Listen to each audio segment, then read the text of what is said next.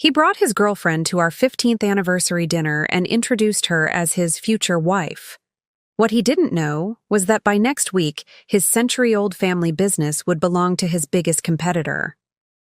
Let me tell you how I orchestrated the perfect corporate takedown. The private dining room at La Maison Dorée felt suffocating that evening, despite its soaring ceilings and crystal chandeliers. I'd spent weeks planning this anniversary dinner, selecting the perfect vintage of Château Lafite, Phil's favorite, and ensuring every detail was immaculate. 15 years of marriage deserved nothing less. Before we jump back in, tell us where you're tuning in from, and if this story touches you, make sure you're subscribed, because tomorrow I've saved something extra special for you. What I didn't expect was for my husband to turn our milestone celebration into a stage for his grand betrayal. I watched as Phil confidently strode through the restaurant's ornate doors, his hand possessively placed on the small of his companion's back. Scarlett, his 28-year-old marketing director, wore a designer dress that I recognized from the company's recent Fashion Week expenditure reports. The irony wasn't lost on me. He was flaunting his affair using company money, the same company his great-grandfather had built from nothing. "Jean, darling." Phil's voice carried that familiar patronizing tone he'd perfected in corporate boardrooms. "I thought it was time we had an honest conversation about the future." He pulled out Scarlett's chair, my chair, at our traditional anniversary table. The same table where we'd celebrated every year since taking over Powell Industries. From his father. The sommelier approached with the wine I'd pre-ordered, a 1982 Château Lafite that Phil had always reserved for special occasions. He reached for the bottle with practiced elegance, as if this were just another business dinner where he was courting potential investors. But tonight was different. Tonight, every gesture, every word, every calculated move would become evidence. In the corporate endgame I'd been orchestrating for months. "I assume you've noticed things haven't been optimal between us lately," Phil continued, his corporate jargon seeping into what should have been a personal moment. Scarlett shifted uncomfortably in her seat, her perfectly manicured fingers playing with the Cartier bracelet on her wrist.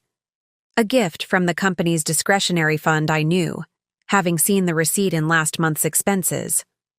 I maintained my composure, years of sitting through high-stakes business negotiations finally, proving useful in my personal life. "Optimal?" I repeated, letting the word hang in the air like smoke. "Is that how we're describing our marriage now, in terms of business metrics?" Phil's smile didn't reach his eyes. It never did anymore. "Jean, let's be practical. We've both known this was coming. Scarlett represents the future of both my personal life and Powell Industries. The board agrees we need younger, more dynamic leadership to take the company forward." What Phil didn't realize, as he sat there playing with his wine glass and rehearsing his carefully prepared speech, was that I'd spent the last 6 months preparing for this moment. Every late night he thought I was grieving our failing marriage. I was actually meeting with Nicholas Wright, CEO of Wright Enterprises, Powell Industries' biggest competitor, and the company that had been trying to acquire us for the past decade. I took a slow sip of wine, savoring both its rich bouquet and the knowledge of what was to come. "The future of Powell Industries," I mused, watching Scarlett's face carefully. "That's an interesting choice of words, Phil." The pieces were already in motion. The board meeting scheduled for Monday morning wouldn't just be announcing Phil's plan to divorce me. It would reveal the carefully orchestrated transfer of controlling interest to Wright Enterprises. A transfer that Phil's own arrogance had made possible when he'd insisted I take a position on the board to keep myself occupied after our last major argument. "I've had my lawyers draw up generous divorce terms," Phil continued, reaching into his briefcase. "Given our history, I think you'll find them more than fair." I allowed myself a small smile. In less than 72 hours, there wouldn't be anything left for him to be generous with. The company's intellectual property, client, contracts, and market position would all belong to Nicholas Wright. The grandson of the man Phil's great-grandfather had once muscled out of the industry would finally have his revenge, served on a silver platter by the scorned wife his competitor had underestimated. "You know, Phil," I said, reaching for my own briefcase, "I also have some papers I think you should see." The weight of the documents inside felt satisfying. Board meeting minutes, voting proxy agreements, and the final piece. Proof of Phil's systematic misuse of company resources to fund his affair with Scarlett. The night was young, and this perfectly planned anniversary dinner was about to become the beginning of something neither Phil nor his young protégé could have anticipated.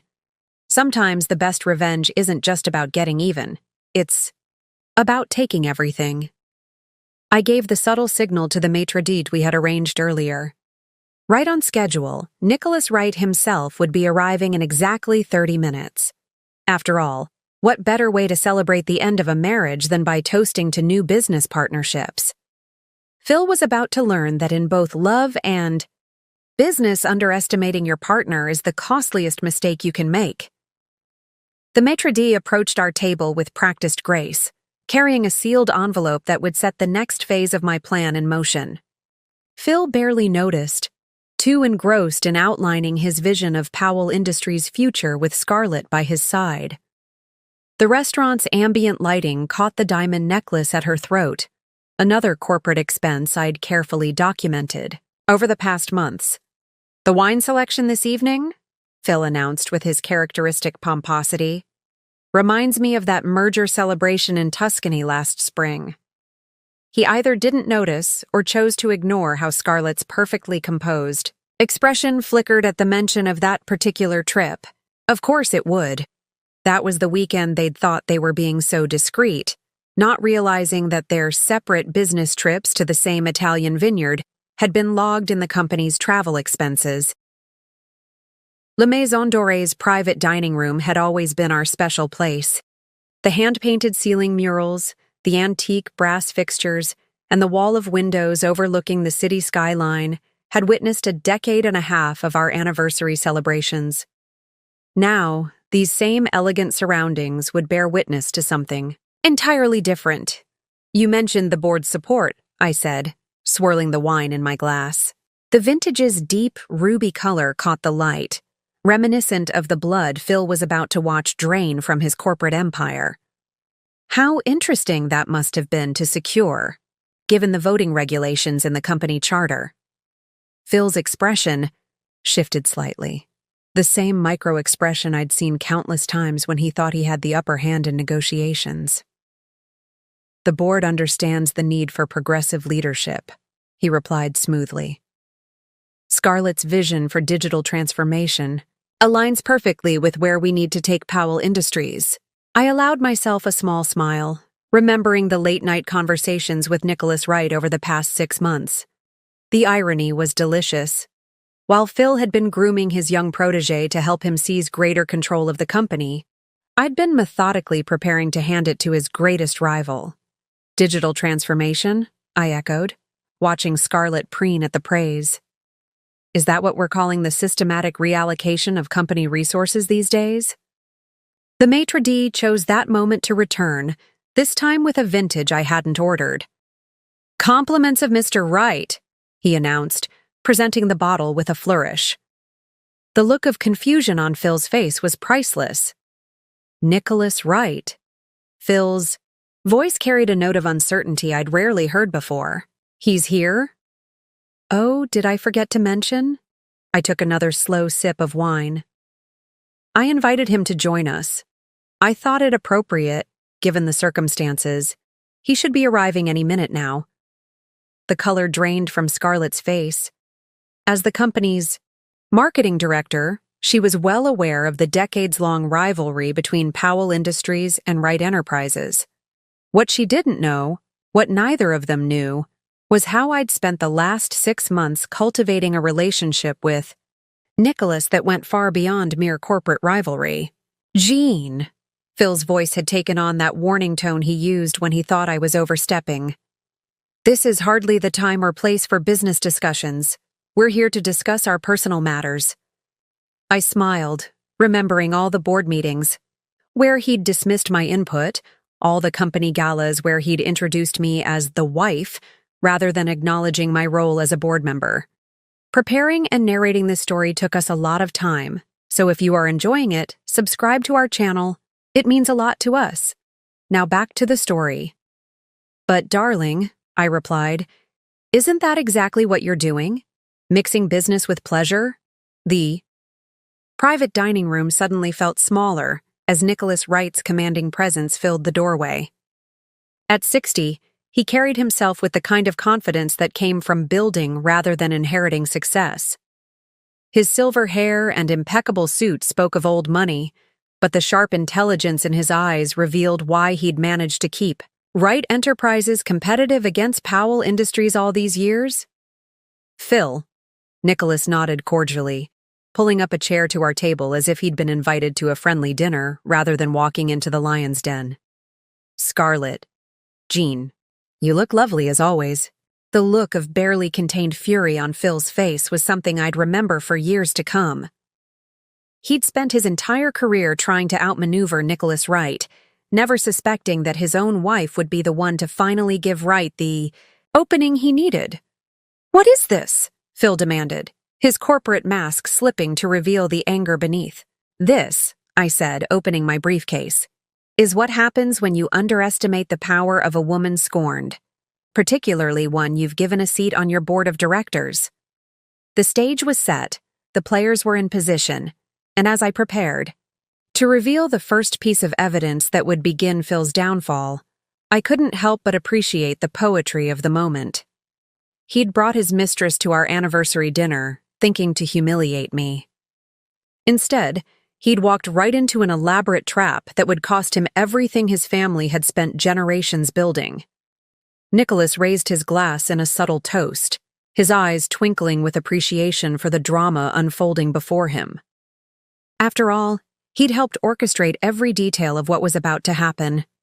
The next few hours would change the landscape of both our personal and professional lives forever, and not even Phil's army of corporate lawyers would be able to stop. Let the game begin. "I believe we should discuss the recent audit findings," I said, withdrawing a thick folder from my briefcase. Phil's eyes narrowed at the Powell Industries logo embossed on its cover. It was the same folder he'd casually dismissed when I'd tried to bring up concerning expenditures at last month's board meeting. "Jean." Phil's voice carried that patronizing tone he'd perfected over years of mansplaining in corporate meetings. "This isn't the time or place for what, Phil? For discussing how company funds have been systematically misappropriated for personal expenses." I laid out the first document, a detailed expense report highlighting certain interesting patterns. Like this five-star hotel in Tuscany, booked twice for the same weekend under separate corporate accounts. Scarlett's perfect composure cracked. Slightly. She reached for her water glass, her hand trembling just enough to make the ice cubes clink. Nicholas Wright leaned back in his chair, the picture of relaxed attention, as if he were watching a particularly engaging business presentation. "Those were legitimate business expenses," Phil snapped, his fingers drumming against the fine linen tablecloth. The board approved standard travel expenses," I interrupted smoothly. "They didn't approve matching his and hers spa treatments, or the private villa with the infinity pool, or the vintage champagne delivered to room 512. A room booked under the company's marketing budget, isn't that right, Scarlett?" The young woman's face had lost its rosy glow. She looked uncertainly at Phil, who was now glaring at the documents as if he could make them disappear through sheer force of will. "You've been going through confidential company records," he accused, trying to regain control of the situation. "That's a breach of—" "Board members have full access to all financial records," Nicholas interjected mildly. "It's in the company charter your great-grandfather wrote. Article 7, Section 3, if I'm not mistaken." He smiled, taking an appreciative sip of his wine. "Excellent vintage, by the way. A shame to waste it on such uncomfortable conversations." Withdrew another document from the folder. "Speaking of uncomfortable conversations, let's discuss the recent restructuring of the marketing department."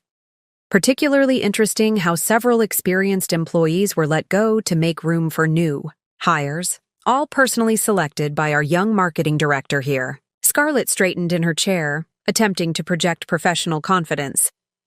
Those personnel changes were necessary for the department's modernization strategy. Modernization strategy, I repeated thoughtfully. Is that what we're calling it when qualified professionals are replaced by your former sorority sisters, all of whom, coincidentally, received salaries well above industry standard? Phil's face had taken on a dangerous red tinge. You're overstepping, Jean. The board will be very interested in reviewing these findings. I cut in, laying out more documents, especially the part about how company funds were used to purchase luxury items, like this Cartier bracelet, logged as client appreciation gifts, but currently adorning your companion's wrist.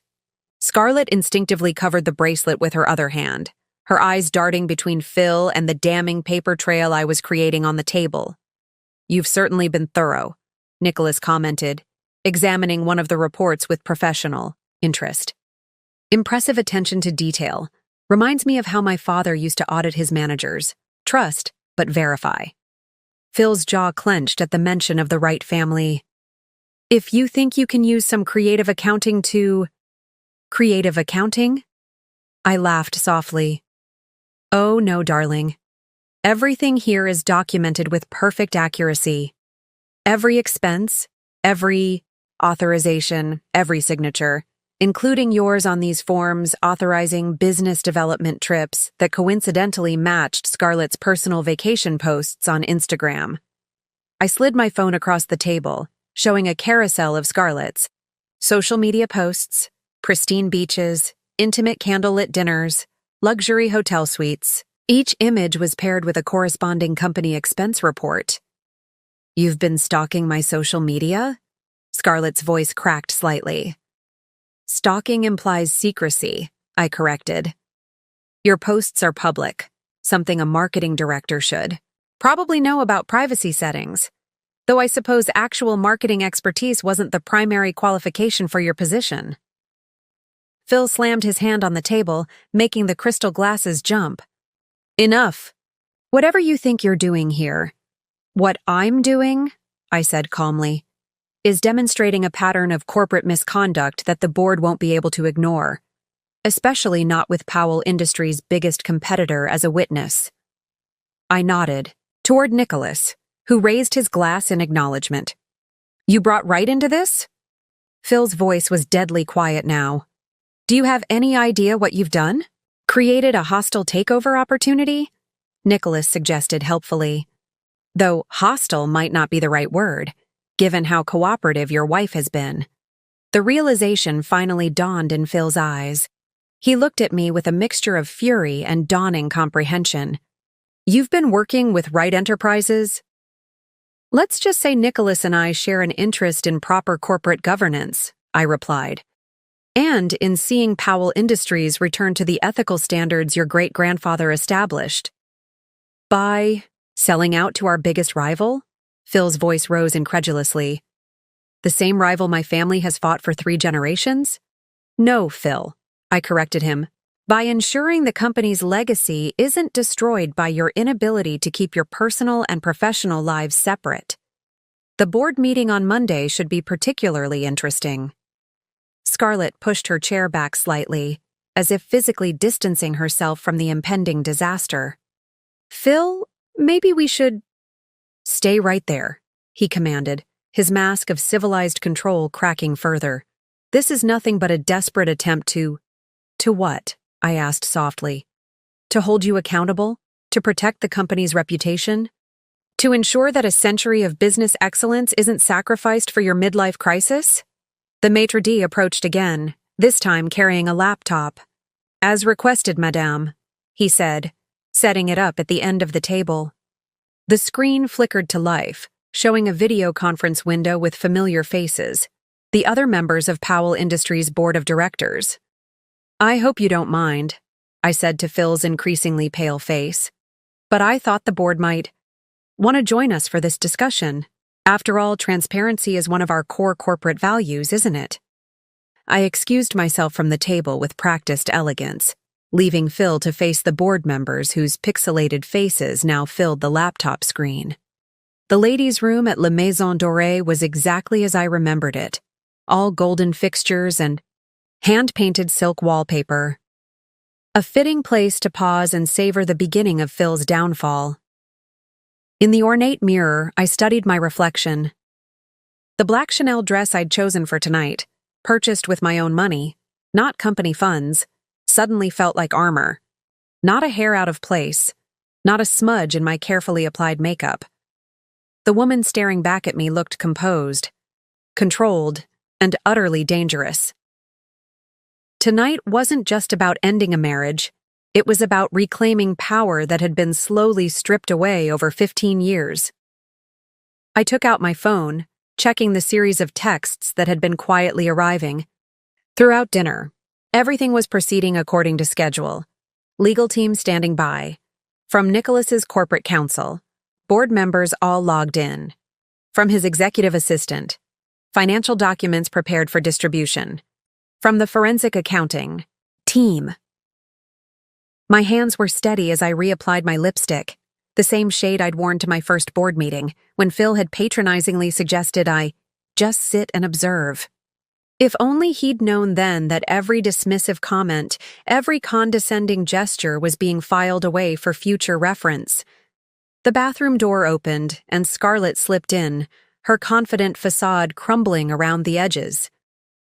She started when she saw me at the mirror, clearly having thought she'd find refuge in an empty powder room.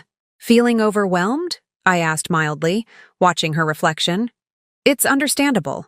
Corporate takeovers can be so stressful, especially for those caught in the crossfire. I never meant, she began, then stopped, uncertain how to continue. The young woman who'd so confidently taken my seat at the anniversary dinner now looked very much her age. Never meant what? I turned to face her directly. Never meant to sleep with a married man? Never meant to help him misappropriate company funds? Never meant to get caught? You'll have to be more specific. She gripped the marble countertop, her knuckles white. Phil said everything was above board. The expenses, the promotions, all of it. He said, as CEO, he has a fiduciary duty to the company and its shareholders, I completed for her. A duty he's been negligent in fulfilling, as the board is now discovering. Tell me, did he promise to make you the youngest chief marketing officer in company history? The flash of recognition in her eyes confirmed my suspicion. That position was supposed to be announced next month, she whispered. I smiled, remembering a similar promise made to me years ago. Phil has a habit of making promises with things that don't belong to him. The company, its resources, its future, none of it was ever truly his to give away. My phone buzzed again. Another update from Nicholas's team. The preliminary board vote was proceeding exactly as we'd anticipated. Phil's carefully constructed world was unraveling thread by thread in the dining room, while his young protégé stood trembling in the ladies' room, facing the consequences of her choices. What's going to happen now? Scarlett asked, her voice small. I checked my watch. An elegant Patek Philippe that Phil had given me for our 10th anniversary. In about 20 minutes, the board will call for an emergency session to address the evidence of financial misconduct. By tomorrow morning, trading of Powell Industries stock will be temporarily suspended. By next week, the company will have new ownership and leadership. I met her eyes in the mirror. As for you, well, that depends on how cooperative you're willing to be. Cooperative? Nicholas Wright is an excellent businessman, I explained, touching up my powder. He understands the value of young talent when properly managed and ethically guided. Your actual marketing skills, separate from your relationship with Phil, could be an asset to Wright Enterprises. Assuming, of course, you're willing to provide a full statement about Phil's misuse of company resources. Understanding dawned in her eyes. You're offering me a way out. I'm offering you a choice, I corrected. More than Phil ever did. He saw you as an accessory to his midlife crisis, a way to feel powerful and young again. I'm seeing you as what you could have been if he hadn't corrupted your potential for his own ego. My phone buzzed once more, Nicholas requesting my return to the dining room. The board had reached their preliminary decision, right on schedule. Take a moment to fix your makeup, I advised Scarlett, moving toward the door. Then think carefully about where your loyalty lies, with a man who's about to lose everything, or with your own future. The weight of my grandmother's locket felt heavy against my chest, the same locket I'd worn when I first met Phil at that corporate law conference 16 years ago. Inside was a small photo from our wedding day, a reminder of what we'd once been and what he'd thrown away for the illusion of youth and power. As I walked back toward the dining room, my heels clicking purposefully on the marble floor, I thought about the long game I'd been playing. 6 months of careful planning, of quiet meetings with Nicholas Wright, of documenting every indiscretion and financial irregularity. Phil had always underestimated me, had never bothered to look beyond the surface of the corporate wife role he'd assigned me. His mistake had been forgetting my background in corporate law, forgetting that I'd once specialized in hostile takeovers before he'd convinced me to step back from my career for the sake of our marriage. Now those same skills would be his undoing. I paused outside the private dining room, hearing Phil's raised voice through the heavy door. He was undoubtedly trying to regain control of the situation, to charm or bully his way out of the trap I'd set. But it was too late. The machinery I'd set in motion was far beyond his ability to stop. Taking a deep breath, I prepared to return to the table. The next phase of my plan was about to begin, and I wanted to savor every moment of Phil's realization that he'd not only lost his marriage, but the dynasty his family had spent generations building. Sometimes the perfect revenge requires patience, precision, and the ability to see 10 moves ahead. Phil was about to learn that he wasn't the only one who knew how to play corporate chess. As I returned to the private dining room, the atmosphere had shifted palpably. Phil was standing now, his carefully maintained composure cracking as he attempted to address the board members on the video conference screen. "This is nothing but a misunderstanding," he was saying, his voice carrying that false confidence I'd heard so many times in difficult board meetings. "These expenses were all properly authorized by you," I interrupted smoothly, retaking my seat. Which becomes problematic when those authorizations show a clear pattern of personal benefit. I withdrew another set of documents from my briefcase. "Speaking of patterns, shall we discuss the recent changes to the company's procurement policies?" Nicholas. Wright leaned forward with interest, while Phil's face darkened. The procurement changes had been his pet project, pushed through during a board meeting I was supposedly unable to attend due to a family emergency, an emergency he had fabricated. The procurement restructuring was necessary for operational efficiency, Phil stated flatly, but I could see the concern in his eyes. He knew exactly what I'd found. "Operational efficiency," I repeated thoughtfully. "Is that what we're calling it when all major contracts are mysteriously redirected through companies owned by Scarlett's family members?" Through the laptop screen, I could see several board members exchanging alarmed glances. Phil's hand tightened on his wine glass. "The Porter family has a long history in supply chain management," he began, but I cut him off. "The Porter family didn't exist in supply chain management until 6 months ago," I corrected, laying out registration documents for several newly formed companies. "Interesting timing, considering that's when Scarlett's brother suddenly decided to leave his career as a fitness instructor to become a procurement specialist." Scarlett, who had quietly returned to the table, looked as though she might be sick. Her brother's involvement had clearly been meant to remain hidden. "Those contracts were awarded based on merit," Phil insisted, but his voice had lost its authoritative edge. "Merit?" I raised an eyebrow, sliding another document across the table. "Like this contract for office furniture that's priced at 3 times the market rate? Or perhaps we should discuss the consulting fees being paid to a company registered under your girlfriend's mother's maiden name?" The board members on the screen were now leaning forward, their expressions a mixture of shock and growing anger. Phil had always counted on their disengagement, their tendency to rubber stamp his decisions. He hadn't counted on someone actually reading the fine print. "You've been investigating me?" he demanded, anger finally overtaking his professional mask. "No, darling," I smiled. "I've been doing my job as a board member. The same job you insisted I take because— what was it you said? It'll give you something to occupy your time while I handle the real business." Nicholas Wright chose this moment to add his perspective. The board might also be interested in how these inflated contracts have affected Powell Industries' market competitiveness. "My analysis suggests the company has been operating at a significant disadvantage due to these unusual procurement arrangements." Phil's head snapped toward him. "You have no right to access our—" "Actually," I interrupted, "I provided Mr. Wright with all this information. As a board member, it's my duty to investigate any situations that might harm the company's interests. Having our biggest competitor verify my findings seemed prudent." I gestured to the maitre d', who approached with another envelope. "Which brings us to the most interesting discovery." I withdrew a single document, the smoking gun I'd been saving for this exact moment. "Would you like to explain why Powell Industries has been paying rent on a luxury penthouse that doesn't appear in any official company records?" The color drained from Phil's face.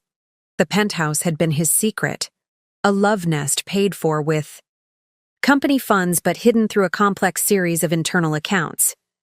"That's confidential, company," he began, but one of the board members on screen cut him off. "Mr. Powell, are you saying you were aware of this property?" The question came from Tobias Hartford, the board's most senior member and a close friend of Phil's father. Phil's silence was damning. I continued, my voice carrying clearly to the video conference. "The penthouse lease, registered under a variation of Scarlett's middle name, has been paid for using funds allocated to executive retention programs. A rather ironic choice of classification, wouldn't you say?"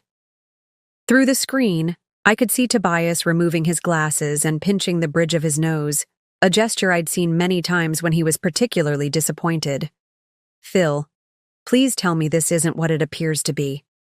But Phil couldn't tell him that, because it was exactly what it appeared to be. A systematic misuse of company resources to fund his affair, all while believing his position as CEO made him untouchable. "I think," Nicholas said into the heavy silence, "this might be a good time to discuss the offer Wright Enterprises has prepared for the board's consideration." And there it was, the moment when Phil finally understood the true extent of what was happening. This wasn't just about exposing his indiscretions or his financial misconduct. This was about taking everything. The look he gave me was one I'd remember forever, a mixture of rage, disbelief, and dawning comprehension that he had severely underestimated the woman he'd dismissed as nothing more than a corporate wife. Perfect revenge isn't just about exposing secrets. It's about using those secrets to dismantle an empire, piece by carefully documented piece. "Before the board reviews Wright Enterprises' offer," I said, reaching for a final set of documents, "I think we should discuss how we arrived at this moment. After all, context is everything." Phil's face had taken on the ashen quality I'd seen only once before, the day his father had suffered a heart attack in the middle of a board meeting. That day had changed everything, shifting power dynamics that had held steady for decades. "Do you remember that day, Phil?" I asked, laying out a photograph from his father's last board meeting. "The day you convinced the board that your father's temporary absence required an immediate transfer of voting control." Several board members on the screen shifted uncomfortably. That hastily called emergency session had been the beginning of Phil's transformation from dutiful son to ruthless CEO. "My father's health required immediate action," Phil snapped, but his voice lacked conviction. "The company needed stable leadership." "Stable leadership," I echoed. Like how you stabilized the situation by having your father transferred to a private care facility 2 states away? The same facility that mysteriously restricted all visitors except immediate family? Nicholas Wright leaned back, watching the drama unfold with keen interest. He, better than anyone, understood the weight of family legacy in corporate politics. You isolated your own father, I continued, my voice carrying to every corner of the private dining room. Kept him away from board members who might question your decisions, all while systematically dismantling the ethical framework he'd spent decades building. Scarlett looked between Phil and me, clearly realizing she was witnessing the unraveling of a story much deeper than a simple marital betrayal. That's ancient history, Phil attempted to dismiss, but Tobias Hartford's voice cut through the video feed. Is it, Phil? Because I've been trying to visit Kevin Powell for months. Your secretary always has some excuse about his treatment schedule or doctor's orders. I withdrew another document from my folder. Perhaps this might interest you, Tobias. Medical reports from Kevin's care facility showing he's been deemed fully competent to make business decisions for the past 18 months. Phil's hand jerked, knocking over his wine glass. The red liquid spread across the white tablecloth, like blood, a fitting metaphor for the evening's revelations. Those are corporate medical insurance records, I corrected, accessible to any board member reviewing executive benefits. You really should have read the company bylaws more carefully, darling. I turned to address the board members directly through the screen. Kevin Powell built this company on principles of integrity and family values. He taught these values to his son, just as his father had taught them to him. But somewhere along the way, Phil decided those principles were outdated, that they were holding the company back from modernization. My father's management style was becoming obsolete, Phil interjected desperately. The market was changing, I acknowledged.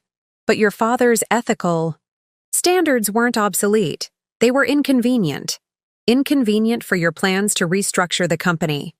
Inconvenient for your desire to use corporate resources as your personal piggy bank. Inconvenient for your affair with a subordinate half. Your age. I laid out another photograph, this one from our wedding day. Phil and his father stood side by side, both beaming with pride. Kevin Powell welcomed me into the family that day. He spent hours telling me stories about the company's history, about the principles it was built on. He made me promise to help, protect his son from the corrupting influence of power. A promise you've clearly broken, Phil snarled, but I could see the fear behind his anger. No, Phil. I'm keeping that promise today. Your father knew the temptations that came with corporate power. He tried to protect you from them, to guide you. But you chose a different path. I gestured to Nicholas Wright. Do you know why I chose to work with Wright Enterprises specifically? Because your father and Nicholas's father were actually close friends before your grandfather's aggressive takeover attempts drove them apart. Another piece of family history you never bothered to learn, Nicholas nodded solemnly. My father always said Kevin Powell was the only honorable member of your family. He regretted how corporate ambitions destroyed their friendship. The revelation seemed to stun Phil, momentarily silent.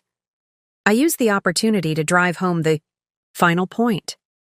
Everything that's happening tonight, the exposure of your misconduct, the evidence of your mismanagement, the potential sale to Wright Enterprises, it's all because you forgot the fundamental lessons your father tried to teach you about integrity, about responsibility, about the true meaning of legacy. I could see the board members on screen nodding, particularly the older ones who remembered Kevin Powell's leadership style. Your father isn't just alive and well, I continued, my voice carrying the weight of 15 years of accumulated knowledge. He's been watching everything you've done to his company, every ethical compromise, every misuse of funds, every betrayal of trust. I've made sure he's received detailed reports of everything. Phil's face went from ashen to scarlet. You've been reporting to my father? Someone had to keep him informed about what was happening to his life's work. And now, thanks to those medical reports clearing him for business activities, he'll have a vote at Monday's board meeting. The silence that followed was deafening. Phil stared at me as if seeing me for the first time. Not as his wife, not as a board member, but as the architect of his downfall. I had played the long game, building relationships, gathering evidence, and waiting for the perfect moment to reveal how thoroughly he had betrayed not just me, but the entire Powell legacy. Sometimes the most devastating revenge isn't just about exposing current misdeeds. It's about revealing how those misdeeds are part of a larger pattern of betrayal that stretches back years. The stage was set for the next phase of revelations, and Phil was about to learn just how much damage could be done by underestimating a woman who had spent 15 years learning every detail of his family's business. The atmosphere in the private dining room crackled with tension as I withdrew a final set of documents from my briefcase. These weren't copies. They were the originals, printed on Powell Industries letterhead, bearing signatures that would change everything. There's something poetic, I began, carefully arranging the papers on the table, about how history tends to repeat itself. Your grandfather tried to force out Nicholas's family through aggressive takeover tactics, and now here we are, but with quite a different outcome approaching. Phil's eyes were fixed on the documents, recognizing the distinctive watermark of the company's most confidential paperwork. Where did you get those? From your father's private safe, I replied calmly. The one behind the Monet in his study. The study you converted into your personal cigar room the week after you sent him to the care facility. Through the video conference screen, the board members leaned forward, their interest piqued by the mention of Kevin Powell's private documents. Phil's hand twitched toward the papers, but Nicholas smoothly slid them out of reach. Fascinating reading, Nicholas commented, examining the first page. Particularly the sections about contingency, succession planning. Kevin was quite thorough in outlining the conditions under which control of the company could be redistributed. Those documents are outdated, Phil snapped, but uncertainty had crept into his voice. The board approved my assumption of control. Under false pretenses, I interrupted, nodding to the maitre d' who approached with yet another laptop. Perhaps we should hear from someone else about that board meeting. The screen flickered to life, revealing a face that made Phil physically recoil. His father, Kevin Powell, looking considerably healthier and more alert than the image of the incapacitated man Phil had presented to the board 18 months ago. Hello, son. Kevin's voice was strong and clear. I believe we're overdue for a conversation about the future of Powell Industries. Scarlett, who had been sitting in stunned silence, suddenly stood. I should go. Sit down, Miss Porter, Kevin commanded, his tone brooking no argument. You're as much a part of this story as anyone else. His eyes, sharp despite his years, fixed on the young woman who had helped his son dismantle decades of corporate ethics. Dad, Phil started, but Kevin cut him off. I've been receiving weekly reports about your activities for the past year, Kevin continued, his disappointment evident. At first, I couldn't believe what I was reading. My own son, using the company I built as his personal playground. Making a mockery of everything I tried to teach you about business ethics and family responsibility. The board members on the other screen watched in rapt attention as the former CEO addressed his son. Phil seemed to shrink in his chair, the weight of his father's words crushing his carefully constructed facade. Jean has kept me informed of everything, Kevin continued. Every misappropriated fund, every questionable contract, every ethical breach, including your relationship with the young lady you hired to replace seasoned executives. Scarlett flinched at the reference, her earlier confidence completely evaporated. The documents in front of you, Kevin gestured to the papers Nicholas held, outline very specific conditions for emergency transfer of control. Conditions that become active in cases of gross misconduct or breach of fiduciary duty by the current CEO. Phil's face had gone from red to white. You can't. I can, and I will. Kevin's voice was firm. As the original controlling shareholder, I retained certain rights. Rights you would have known about if you'd spent more time learning about corporate governance and less time abusing your position. I reached across the table and retrieved another document, the coup de grace. This, I said, sliding it in front of Phil, is a formal notice of your suspension as CEO, effective immediately, signed by your father and pre-approved by the company's legal team. Impossible, Phil whispered, but his eyes told a different story as he scanned the document. He recognized his father's signature, the legal timestamps, the corporate seals. The board will convene an emergency session on Monday, Kevin announced to both screens. At that time, we will review all evidence of misconduct and vote on the proposed acquisition by Wright Enterprises. Nicholas smiled slightly. Our offer ensures that the Powell name remains associated with the company, Kevin. As we discussed, you'll retain an honorary position on the board, and the Powell Foundation will continue its charitable work. The pieces were falling into place with devastating precision. Phil looked around the table, suddenly realizing that every person present, his father, his wife, his competitor, even his mistress, had played a role in his downfall. Why? He asked, turning to me. Why go to all this trouble? Why not just file for divorce? I met his gaze steadily. Because this isn't just about our marriage, Phil. This is about justice. For your father, who you betrayed and imprisoned in a care facility. For the employees whose careers you destroyed to make room for your girlfriend's friends. For the company's legacy that you were willing to tarnish for your own gratification. Kevin's voice came through the speaker again. Jean promised me on her wedding day that she would always look out for the best interests of both you and the company. Today, she's fulfilling that promise by stopping you from destroying everything we built. The weight of the moment settled over the private dining room. Outside, the city lights twinkled through the windows, oblivious to the corporate drama unfolding within.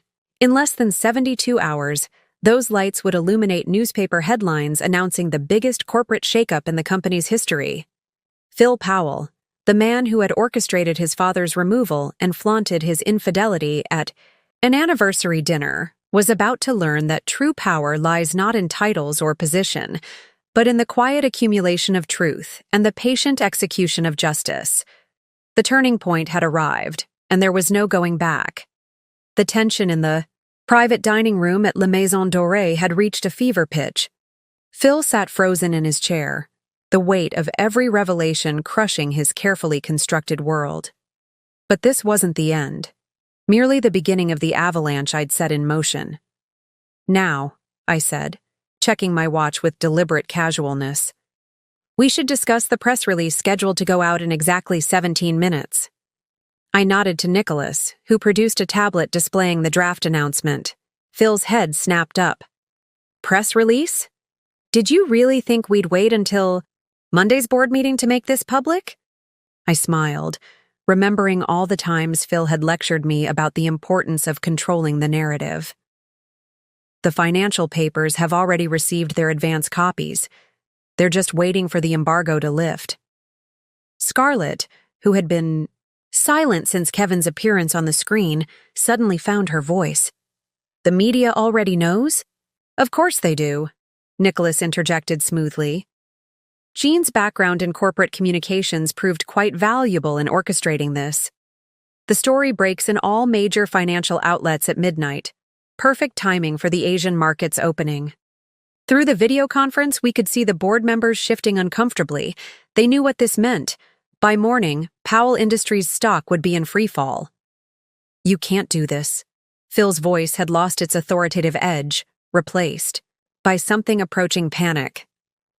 The market impact is precisely why Wright Enterprises' offer is so generous, I completed for him.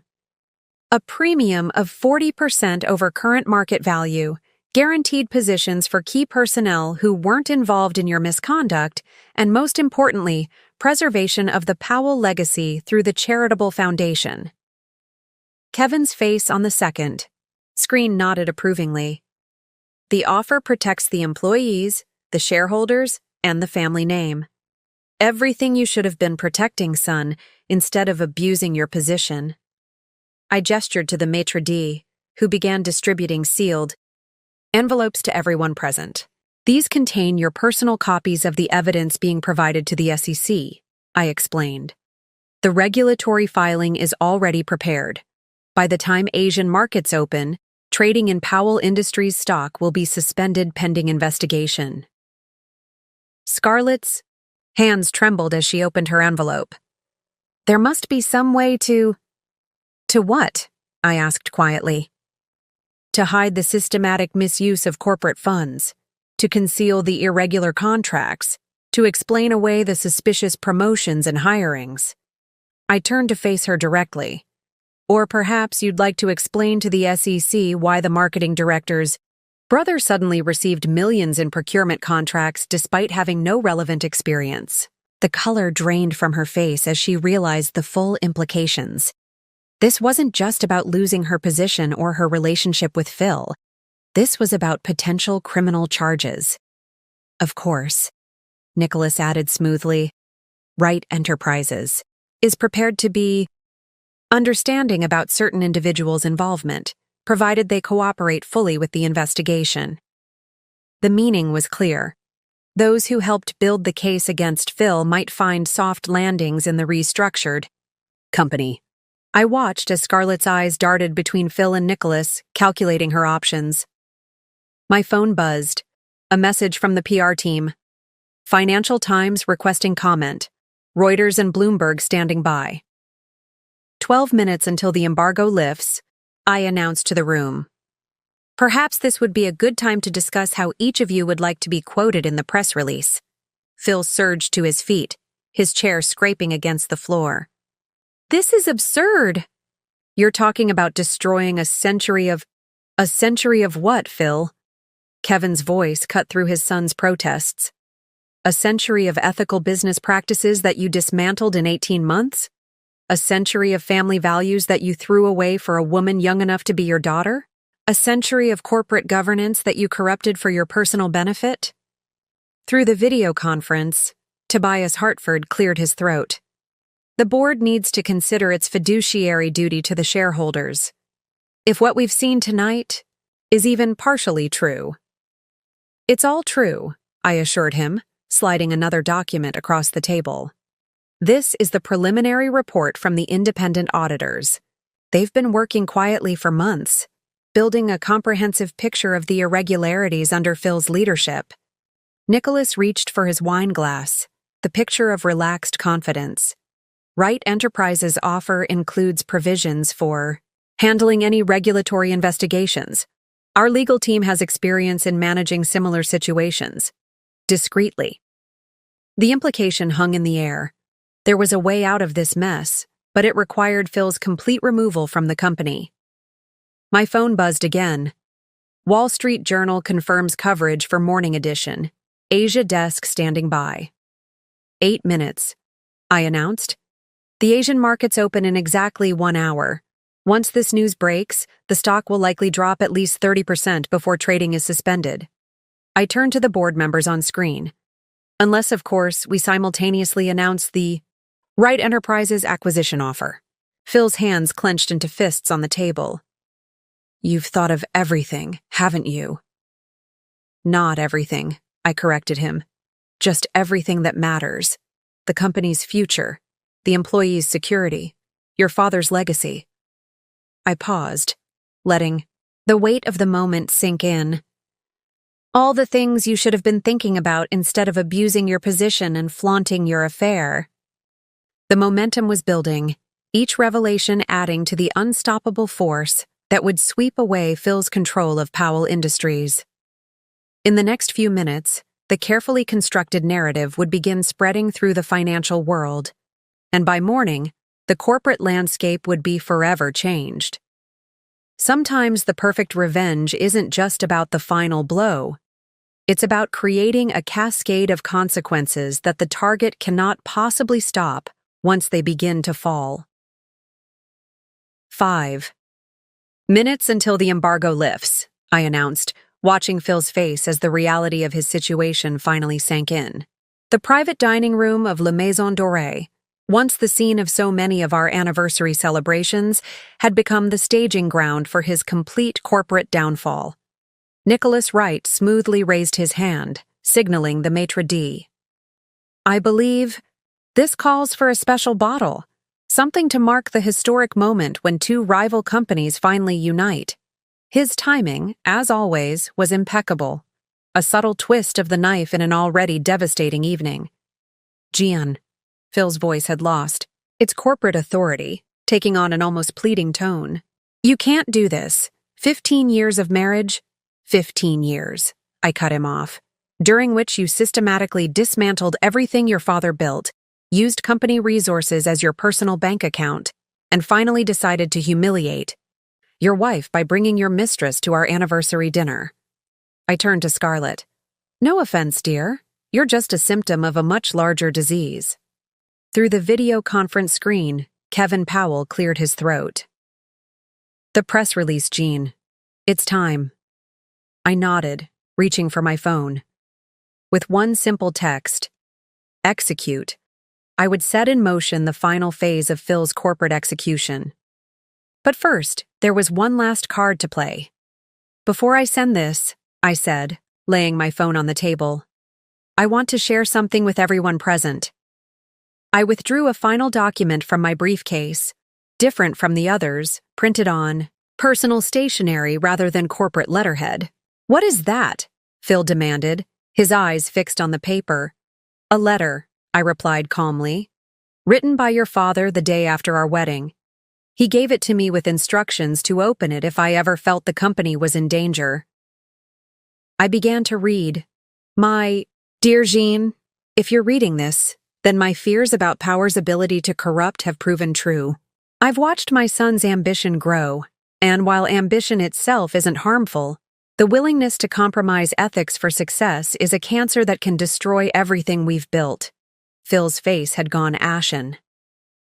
Through the video screen, Kevin nodded slowly, remembering the words he'd written 15 years ago. I'm entrusting you with this responsibility not just as my daughter-in-law, but as someone whose integrity and intelligence I've come to respect. If the time comes when the company's values are at risk, you have not just my permission, but my blessing to take whatever steps are necessary to protect the Powell legacy. Scarlett shifted uncomfortably in her seat as I continued reading. The true measure of leadership isn't in the power we wield, but in the principles we uphold.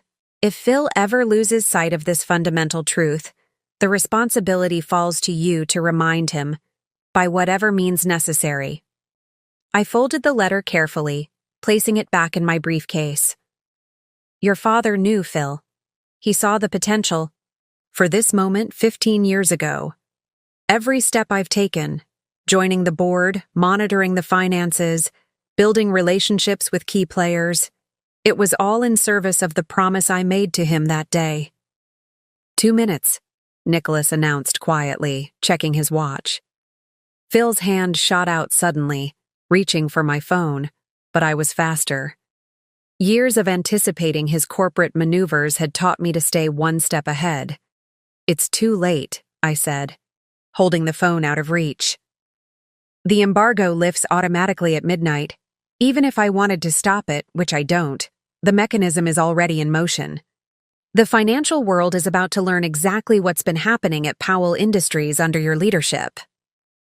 Through the video conference, the board members had grown restless. Tobias Hartford spoke up.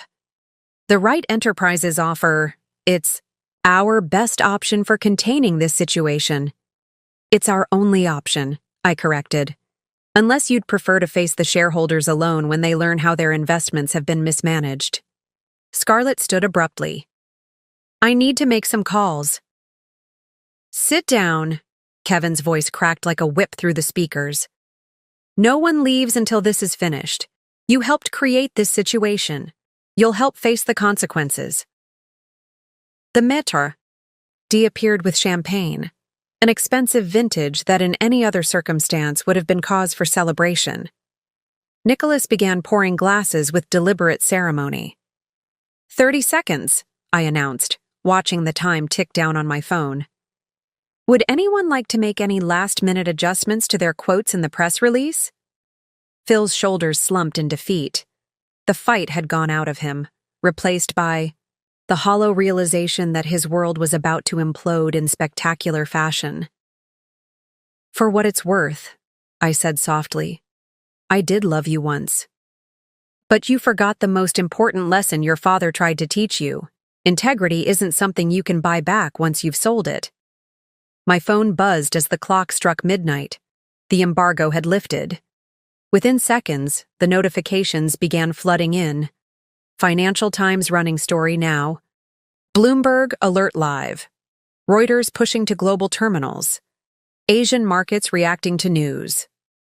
The maitre d' discreetly turned on the private dining room's television, tuned to a financial news network. The breaking news banner was already scrolling. Powell Industries CEO suspended. Wright Enterprises announces acquisition offer. It's done, I said simply, raising my champagne glass. To new beginnings. Nicholas lifted his glass as well.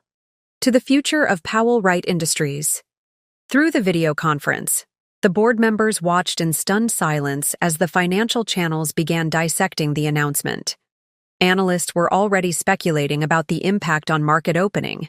Shareholders were being warned of pending investigations, and Phil's corporate empire was crumbling in real time on international television. Son? Kevin's voice was heavy with disappointment. You brought this on yourself. Every choice you made, every ethical line you crossed, led us to this moment. Phil stared at the television screen, watching as his professional reputation unraveled before his eyes. The timing had been perfect. Asian markets would react first, European markets would wake up to the news, and by the time Wall Street opened, the deal would be all but concluded. Sometimes the perfect revenge isn't just about personal satisfaction, it's about ensuring justice is served on every possible level. As I watched Phil's world collapse around him, I felt no joy, only a sense of completion. I had fulfilled my promise to his father, protected the company's legacy, and shown my husband exactly what happens when you underestimate a woman's capability for strategic thinking. The night was still young, but Phil Powell's reign as CEO had just ended. The aftermath unfolded exactly as planned. Within hours of the press release, Powell Industries stock had been suspended from trading on all major exchanges. Financial news networks were running wall-to-wall coverage of what they dubbed the Powell paradigm shift, a corporate takedown, so complete it would be studied in business schools for years to come. In La Maison Dorée's private dining room, we watched the dominoes fall in perfect sequence. Phil sat motionless, his eyes fixed on the financial news ticker displaying the destruction of his corporate empire. Scarlett had retreated to a corner, frantically texting what I assumed were damage control messages to her network of improperly promoted employees. The Asian markets have fully priced in the news, Nicholas commented, studying his tablet. European pre-market trading suggests a similar pattern will follow. By the time New York opens, the Wright Enterprises offer will look like a lifeline, rather than a takeover. I checked my own phone, watching the cascade of consequences spread through the business world. Board members from other companies were already resigning from joint ventures with Powell Industries. Corporate partners were issuing statements distancing themselves from Phil's. The SEC has formally acknowledged receipt of our documentation, I announced to the room. They're launching a priority investigation into the financial irregularities. I turned to Scarlett. They're particularly interested in the procurement contracts awarded to your family members. Her perfectly manicured hands trembled as she set down her phone. I need to speak with my lawyer. That would be wise. Kevin's voice came through the video conference. Though you might want to consider the offer of immunity in exchange for cooperation. Jean and Nicholas have prepared quite a comprehensive package for those willing to assist the investigation. Phil's head snapped up at this. You're offering deals to her? To anyone who helps ensure a smooth transition, Nicholas confirmed. Smoothly. Wright Enterprises believes in rehabilitative corporate culture. Those who acknowledge their mistakes and help correct them can find a path forward. Through the video screen, Tobias Hartford cleared his throat. The board has finished reviewing the preliminary evidence. We're prepared to vote on the temporary leadership structure until the Wright acquisition is finalized. I nodded, withdrawing yet another document from my briefcase. The transition team has already been selected, a mixture of Wright Enterprises executives and Powell Industries veterans who weren't involved in Phil's creative management style. You've really thought of everything, Phil muttered, more to himself than to the room. No, I corrected him. I simply thought of all the things you should have been thinking about instead of abusing your position and betraying your father's trust. My phone buzzed with another update. Major institutional investors signaling support for Wright acquisition. Market confidence stabilizing. The Powell Family Foundation, Phil started, but Kevin cut him off. Will continue its charitable work under new leadership, his father assured him. That legacy, at least, we've managed to preserve. No thanks. To you. The maitre d' appeared with fresh coffee. This evening was far from over. The financial world was waking up to the news, and each time zone would bring fresh reactions, new consequences, additional fallout. Perhaps, Nicholas suggested diplomatically, this would be a good time to discuss the personal aspects of this transition. Compensation packages, separation agreements, non-disclosure terms. Phil laughed bitterly. You're offering me a severance package? After orchestrating my complete destruction? No, I replied calmly. We're offering you a choice. The same choice you never gave your father, your employees, or your wife. You can fight this, trigger a very public, very detailed investigation into every aspect of your misconduct. Or you can accept the generous terms we've prepared and exit gracefully. Scarlett stood suddenly. I'd like to discuss those cooperation terms now. I smiled, remembering how quickly corporate loyalty could evaporate when self-interest was at stake. Nicholas's legal team will be in touch first thing in the morning. I suggest you retain independent counsel before making any formal statements. Through the video conference, we could see more notifications flooding the board members' phones. The story was spreading, growing, evolving with each passing minute. The Asian markets close in 1 hour, Nicholas noted. European trading floors are preparing for opening. The next few hours will cement the narrative that drives market reaction. I checked my watch, the same elegant timepiece Phil had given me for our 10th anniversary. The Powell Wright transition team holds its first press conference at 9 a.m. Eastern. We should finalize any personal negotiations before then. Phil stared at me, really seeing me perhaps for the first time in our marriage. You've been planning this for months. Years, I corrected him. Ever since I found the first irregularities in the company finances. Every late night you spent with Scarlett, I spent building the case that would protect your father's legacy from your corruption. Kevin's face on the screen showed a mixture of sadness and pride. The company's survival was always more important than any individual's ambitions, son. That's what I tried to teach you. That's what Jean understood. The weight of consequences settled over the private dining room. Outside, the city lights twinkled unchanged, but inside, decades of corporate history were being rewritten. Phil Powell's reign as CEO had ended not with a bang, but with a meticulously orchestrated symphony of legal, financial, and personal revelations. Sometimes the perfect revenge isn't just about the initial strike. It's about ensuring that every consequence, every ramification, every aftershock serves the cause of justice. As I watched Phil's world continue to unravel, I felt no triumph, only a sense of completion. The promise I'd made to his father 15 years ago had been fulfilled, and the Powell legacy would survive, even if Phil's career wouldn't. The night was far from over, but the corporate execution had been completed with surgical precision. All that remained was to manage the aftermath and ensure that every consequence served its intended purpose.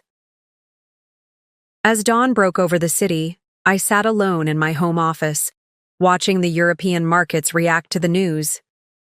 The television silently displayed financial networks where analysts dissected every aspect of the Powell-Wright merger, as they dubbed it, though corporate coup might have been more accurate. My phone had finally stopped its constant buzzing of notifications. The initial shockwaves had rippled through every time zone, and now the business world was settling into a new reality. Powell Industries, a century-old family business, had transformed overnight. I opened my laptop to review the morning's headlines. Powell Industries CEO ousted in spectacular corporate takedown. Wright Enterprises acquires rival in surprise move. Corporate scandal leads to historic merger. Powell Air suspended amid financial misconduct allegations. The last email I'd received was from Nicholas. Transition team in place. Board approval secured. Legal proceedings initiating as planned.